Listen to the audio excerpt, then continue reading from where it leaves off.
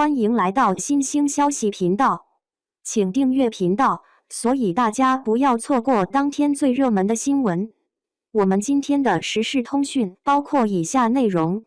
第20条，赵丽颖性暗示的镜头一出来，张艺谋就赢麻了。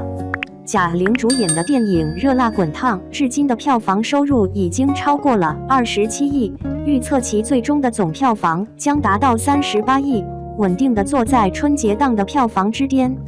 沈腾主演的《飞驰人生2》同样表现出色，票房突破了24亿，并且随着范丞丞、孙艺洲等演员的加盟，其人气也逐步攀升。与此相对照，张艺谋的最新电影《第20条》的表现似乎并不如人意。尽管如此，这部电影在过去的8天里票房已经突破了1亿，经历了多次的逆跌，预计其总票房将达到24亿，有望在年初的热门电影中脱颖而出。观众可能对此并不感到意外，因为这部电影本质上就是一部优秀的作品。在轻松愉快的氛围中，第20条完美地融合了法律条文和现实情境。我相信在中国的导演中，只有被誉为国师的张艺谋能够做到这一点。那么第20条的魅力究竟体现在何处？01，这部剧的情节是真实的，即使是对刑法不甚了解的观众，在观看完第20条之后，也能明白整部电影的核心思想都是围绕正当防卫这一主题。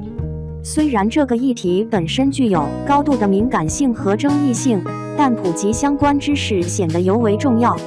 2017年发生在昆明的反杀案，2017年发生在陕西的反杀案，以及2018年赵勇的见义勇为事件，这些都在电影的幕后纪录片中被提及，其背后的深层含义值得我们深入思考。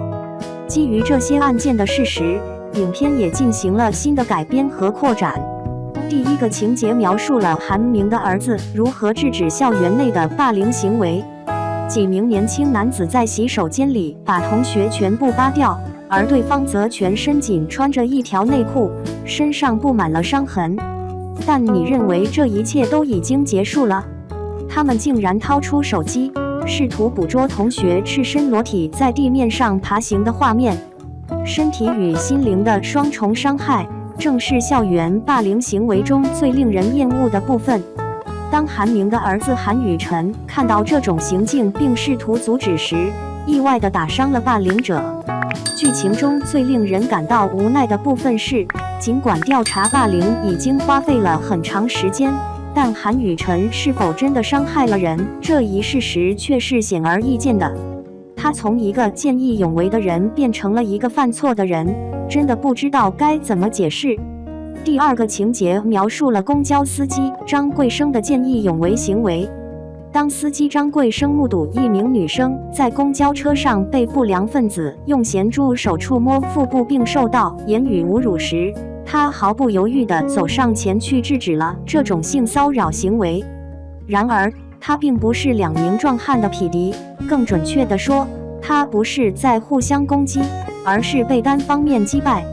在紧急的情况下，张桂生突然掏出灭火器，猛地砸向了一个混混，造成了他的颅骨骨折。但是，当时的法律却裁定张桂生是故意造成的伤害，因此被监禁3年，并且失去了工作。他走出来后多次尝试上访，但都未能为自己伸冤，最终在上访途中不幸被货车撞死。这真的验证了那句老话：麻绳织在细枝末节被切断，而厄运则专门针对命苦的人。但令人震惊的是，这2个令人愤怒的情节仅仅是剧情的次要部分，真正的核心情节比观众预期的还要更加残酷。02，从性暗示的角度看，张艺谋过于大胆地进行拍摄。在电影第20条中，始终贯穿着一个核心的案件线索，那便是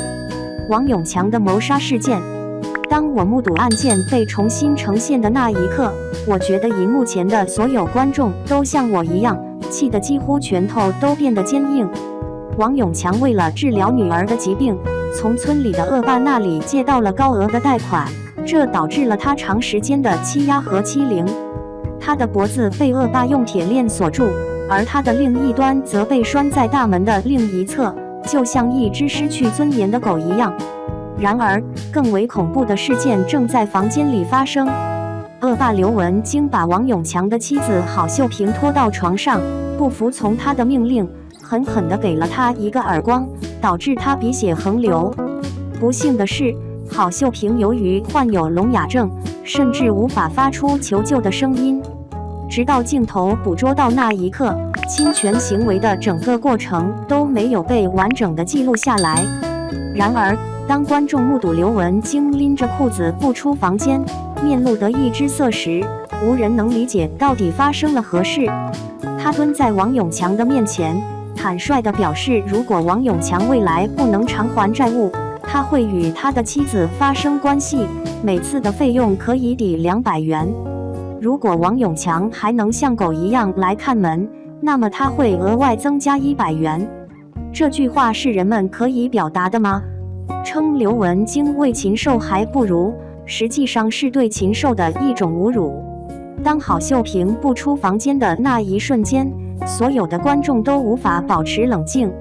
面前这名女子的脸上沾满了血迹，她破损的衣物被撕得粉碎，露出了胸部的大片皮肤，皮肤也是青红交织在一起。可以轻易地设想，她最近遭受了怎样的羞辱和虐待。郝秀萍虽然不能开口说话，但她的面部表情却透露出深深的绝望。她看着她的丈夫，用手势示意说：“他侵犯了我，我无法继续生活，我渴望结束我的生命。”在这个时刻，那无声的手势语言比所有的对白都更具震撼力。人们常说张艺谋善于利用女性角色来吸引观众的注意，但在我的观点中，他的摄影技巧确实非常独到。在可接受的尺度范围内，拍性暗示成功地保留了底层人物最为惨烈的形象，通过视觉和情节深刻地触动了人们的内心。这部电影给人一种强烈的代入感，相信许多观众在观看完后，对扮演刘文京的阿如那产生了某种固定的看法。然而，在现实生活中，他是一个相当内敛的个体。当他回想起那段暴力的戏份时，他的脸上充满了愧疚，坚决表示刘文京的命运是他应得的。拍摄完毕后，他递给赵丽颖一双拖鞋，并持续地向她道歉。赵丽颖也明确表示她并不介意。正因为有了演员的全身心投入，这段剧情的表现才能达到完美。观众完全没有必要提升演员的水平，仍然需要将角色与真人角色区分开来。我真心希望下次能再次见到阿如那，她可以尝试扮演一个正面的角色，否则她可能永远都不会被贴上反派的标签，因为从她的外貌到气质，都容易被人误读。03总结部分。尽管电影第20条在表面上看似一部喜剧电影，但其核心思想却非常深刻，对当前社会产生的积极影响也是相当显著的。大家都知道，见义勇为的代价可能会很高，因此大多数人都倾向于明智地保护自己，用冷淡和麻木的心态来维护自己的权利。然而，正当防卫的条款实际上赋予了法律条款更多的温馨感，法律不能因非法行为而妥协，这才是电影真正的内涵。此外，该剧的情节非常真实，从故事中我们可以观察到许多真实事件的痕迹，甚至连性暗示这样的情节也被拍摄得令人震惊，展现了很好的尺度。不夸张地说，第20条这部电影值得观众反复观看，但目前的票房表现并未达到与其相匹配的电影品质，因此它确实需要更高的评价数据。那么，你认为这部电影的内容是否足够吸引人？